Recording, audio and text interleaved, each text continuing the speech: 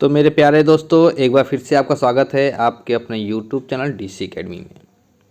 तो दोस्तों, आज के इस लेक्चर में मैं आप लोगों के लिए 30 इम्पॉर्टेंट वन वर्ड सब्स्टिट्यूशन के सेंटेंसेस लेकर के आया हूं, जो कि हर एक एग्ज़ाम के लिए बहुत ही ज़्यादा इम्पॉर्टेंट है। इम्पॉर्टेंट इसलिए है क्योंकि ये प्रीवियस ईयर में पूछे गए, बार बार पूछे गए क्वेश्चंस हैं, बार बार आने वाले ये जो हैं वन वर्ड सब्स्टिट्यूशन है। तो किसी भी अगर एग्ज़ाम की तैयारी कर रहे हैं तो एक बार इन क्वेश्चंस की प्रैक्टिस ज़रूर करना चाहिए आपको। आइए एक एक करके सभी वन वर्ड सब्स्टिट्यूशन को समझते हैं। तो हमारा जो पहला वन वर्ड सब्स्टिट्यूशन है वो आपका क्या लिखा है, one who can not be corrected. One who can not be corrected यानी कि जिसको सही ना किया जा सके। तो जो सही ना हो पाए वो होता है इनकरिजिबल। क्या होता है? इनकरिजिबल, जिसको हम हिंदी में कहते हैं असुधार्य। असुधार्य।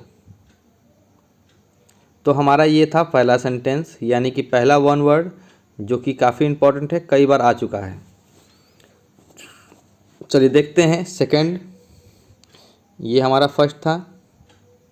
सेकंड नंबर देखते हैं, डिफ़िकल्ट और इम्पॉसिबल टू रीड, यानी कि कोई ऐसी चीज़ जिसको हमको पढ़ने में बहुत ही परेशानी हो, या हम ये कह सकते हैं कि उसको पढ़ना इम्पॉसिबल हो, यानी कि इतनी बेकार राइटिंग में लिखी है या इतना डिफ़िकल्ट लिखा है जिसको हम पढ़ ही नहीं सकते हैं। तो वो क्या होता है? वो होता है इलिजिबल। क्या होता है? इलिजिबल। ध्यान दीजिएगा, ये इनएलिजिबल है और ये है इलिजिबल। इस इनएलिजिबल का मतलब होता है अयोग्य और इस एलिजिबल का मतलब होता है अस्पष्ट, यानी कि कोई चीज़ स्पष्ट ना हो। क्या होता है? अस्पष्ट। तो ये था हमारा ऑप्शन नंबर बी, जो इसका राइट आंसर था। थर्ड सेंटेंस की बात कर लें। लिखा है an unexpected piece of good fortune, यानी कि एक ऐसा मतलब अच्छे भाग्य का जो है जिसकी हम लोग कभी जो है कल्पना नहीं कर सकते हैं, अनएक्सपेक्टेड आ जाता है वो, तो उसे हम क्या कहेंगे? तो इसके लिए जो मीनिंग है वो है वाइंडफॉल, क्योंकि वाइंडफॉल मीन्स होता है अप्रत्याशित। क्या होता है? अप्रत्याशित। अप्रत्याशित, जिसको हम लोग कल्पना नहीं करते हैं, वो अचानक से हो जाता है हमारे भविष्य के लिए, ठीक ना। तो अप्रत्याशित, इसको जो है हमें याद रखना है। लिखा है, ये हमारा 4 नंबर का सेंटेंस है, those who go on the someone else land without the honours permission, यानी कहने का मतलब ये है किसी के ज़मीन पर उससे बगैर पूछे उसके ऊपर कब्जा कर लेना, यानी कि अतिक्रमण कर लेना। आप देखते हैं सड़कों पर, रोड पर जितनी दुकानदार होते हैं वो सरकारी रोड को जो है अपने दुकान से जो है भर देते हैं, यानी कि अपनी दुकान को आगे तक बढ़ा देते हैं, जिसको हम कह सकते हैं अतिक्रमण करना। तो अतिक्रमण करने को कहते हैं ट्रेस पासर्स। क्या होता है? Trace passers. इसका मतलब होता है अतिक्रमण करना। याद रखिएगा, सारी मीनिंग इम्पॉर्टेंट है और ये सारे सेंटेंस आ चुके हैं, सारी मीनिंग जो है आ चुके हैं एग्जाम में। तो हमारा जो 5th नंबर सेंटेंस है वो है परटेनिंग टू हॉर्सेस, यानी कि घोड़े से संबंध रखने वाले को क्या कहते हैं? घोड़े से संबंध रखने वाले व्यक्ति को क्या कहते हैं? घुड़सवार, अम्ररोही घुड़सवार, यानी कि इसका जो ऑप्शन नंबर बी है जो लिखा है क्वेश्चन, इसका मतलब होता है घुड़सवार। ये थोड़ा सा डिफ़िकल्ट भी था, आप इसको रट लीजिए। घुड़सवार होता है परटेनिंग टू हॉर्सेस को, ठीक है ना, यानी कि जो घोड़े से संबंध रखता है। तो नेक्स्ट नंबर देखिए क्या है, that through which light can not pass, यानी कि कोई ऐसी चीज़ बताइए जिसमें से लाइट जो है पास ना हो पाए, यानी कि अपारदर्शी हो। ओपेक। ओपेक मीन्स क्या होता है? अपारदर्शी। तो इसका ऑप्शन नंबर जो डी होगा वो होगा ओपेक, अपारदर्शी।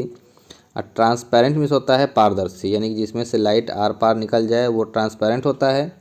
ओपेक मीन्स क्या होता है? जो कि ट्रांसपेरेंट नहीं होता है। तो ये हमारा हो गया सेंटेंस। अगला देखते हैं।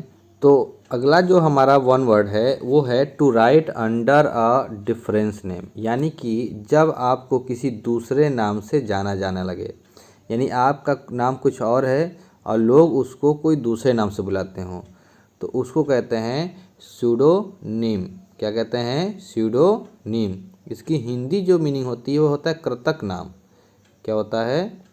कृतक नाम, यानी कि कर्म के हिसाब से जो नाम रख दिया जाता है व्यक्ति को, उसको कहते हैं कृतक नाम। आप नहीं देखते हैं मोहल्ले में किसी लड़के का नाम कुछ और रख देते हैं, ठीक है ना, रहता है कुछ और नाम, रख देते हैं कुछ और।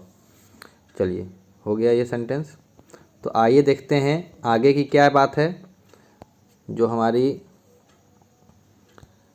अगले जो मीनिंग है वो है a person who is well known in an unfavourable way, यानी कि एक ऐसा व्यक्ति जिसको जाना जाता है अनफेवरेबल वे, यानी कि अनफेवरेबल यानी कि जो अनुचित रास्ते पर जो चलता है या अनुचित तरीके से जो है वो रास्ता अपना लेता है, उसको किस नाम से जानते हैं? यानी कि वो थोड़ा सा कुख्यात व्यक्ति होता है, नोटोरियस। याद रखिएगा, नोटोरियस उसको कहते हैं। और जो अगला सेंटेंस है, ये अगला वन वर्ड है हमारा the first speech made by a person, यानी कि किसी व्यक्ति के द्वारा पहली स्पीच देना क्या कहलाता है? मेडन स्पीच, मेडन कहलाता है। ठीक, तो मेडन ये आपने पढ़ा भी होगा कई बार, ये आसान भी था। तो कुछ चीज़ें आसान भी हो सकती हैं, कुछ चीज़ें कठिन हो जाती हैं। हमें हर एक तरीके के जो है वन वर्ड को पढ़ना है, प्रैक्टिस करना है।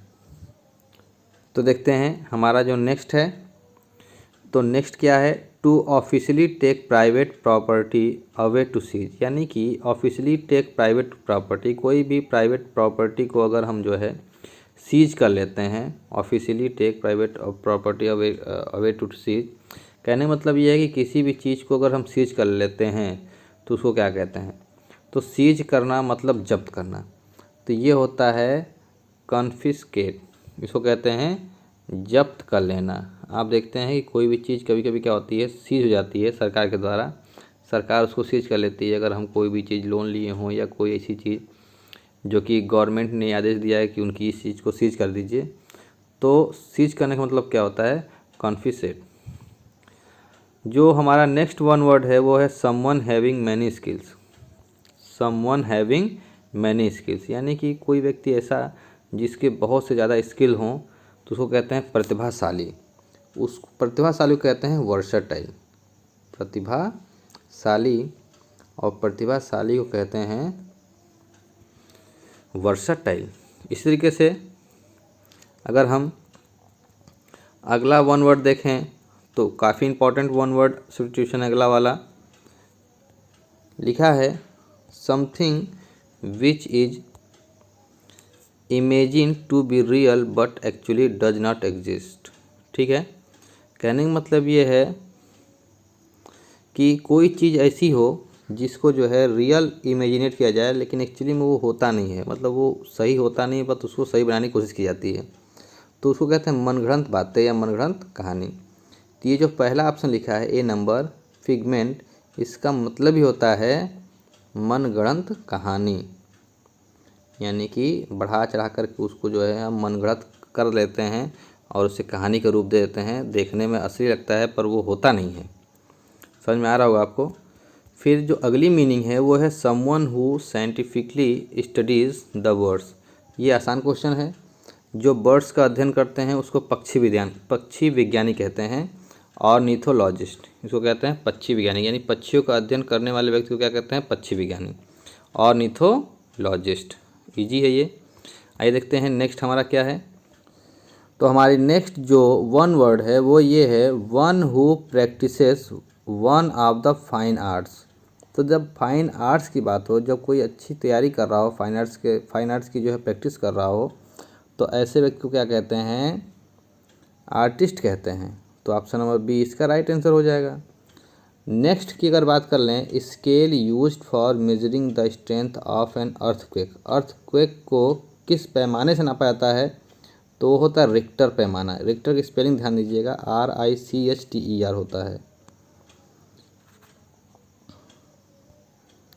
फिर अगर नेक्स्ट की बात कर लें तो नेक्स्ट जो हमारा इडियम है, something kept as a reminder of an event, यानी कि कोई भी इवेंट या कोई भी आपके साथ जो भी इवेंट हुआ हो उसका जो है हम स्मरण जो रखते हैं, ठीक है ना, स्मरण या यादें जो रखते हैं उसको क्या हम कहते हैं, तो वो होता है सोविनियर। सोविनियर मीन्स होता है यादगार, यानी कि वो हमारे लिए क्या होता है, यादगार होता है। Something kept as a reminder of an event, यानी कोई सी चीज़ जो हमको याद दिलाता है किसी इवेंट की, तो उसको हम कहते हैं यादगार। अगली मीनिंग जो है, अगली जो वर्ड है वो है found all over the world, ऐसी चीज़ जो हर एक संसार में पाया जाए उसको क्या कहते हैं, यूनिवर्सल। क्या कहते हैं, यूनिवर्सल। तो हमारी अब नेक्स्ट जो है वो वन वर्ड क्या है, ऑलवेज रेडी टू अटैक और क्वारल। ऑलवेज यानी हमेशा कोई तैयार रहे आक्रमण करने के लिए या झगड़ने के लिए। तो एक ऐसा व्यक्ति जो हमेशा झगड़ने के लिए और लड़ाई करने के लिए तैयार रहे उसको हम लोग एग्रेसिव बोलते हैं। नेक्स्ट की बात कर लें, फिट टू बी ईटेन, खाने योग्य। तो खाने योग्य को कहते हैं एडिबल। एडिबल मीन्स क्या होता है, खाने योग्य। ठीक है, नेक्स्ट क्या है, unfair advantages for members of one's own family. ये थोड़ा सा इम्पॉर्टेंट है, यानी कहने मतलब ये है कि अनफेयर एडवांटेजेस यानी कि ऐसे लाभ जो उचित तरीके से ना मिलें, यानी कि हम किसी भी तरीके से लाभ उठा लें member of one's own family, हमारे अपने फैमिली मेंबर का जो है लाभ उठाना, तो उसको क्या कहते हैं, यानी कि हम मान लीजिए किसी पद पर हैं और हम उस पद का गलत इस्तेमाल करके अपने फैमिली मेंबर को उसका लाभ दे रहे हैं, तो इसको कहते हैं नेपोटिज्म, भाई और भतीजावाद। नेपोटिज्म मीन्स होता है भाई और भतीजावाद, यानी कि भाई भतीजावाद। ठीक, अन्य पार्टियों में कभी कभी देखने को मिलता है ये कि भाई भतीजावाद हो रहा है, तो ऐसे ही नेपोटिज्म, ये हमारा इसका राइट वन वर्ड सब्स्टिट्यूशन होगा। क्या है, एक्सप्रेशन ऑफ सिंपथी। सिंपथी यानी कि जो सहानुभूति को जो दिखावा होता है, दिखाना होता है, एक्सप्रेशन जो उसका होता है, भाव जो होता है सिंपथी का, वो होता है कंडोलेंस। कंडोलेंस में समझते हैं जब कोई व्यक्ति जब है मृत्यु हो जाती है तो हम वहाँ पर कंडोलेंस यानी कि भावपूर्ण श्रद्धांजलि उसको जो है देते हैं, यानी कि सिंपथी दिखाते हैं उसके प्रति। तो ये कंडोलेंस इसका जो है राइट आंसर हो जाएगा। आपने नाम सुना होगा कंडोलेंस का। जो नेक्स्ट है वो है an instrument use to record sound. ये एक इम्पॉर्टेंट क्वेश्चन है, थोड़ा सा ये कंफ्यूज करने वाला थोड़ा सा क्वेश्चन है वन वर्ड, क्योंकि इसका जो राइट आंसर होगा वो फोनोग्राफ होगा।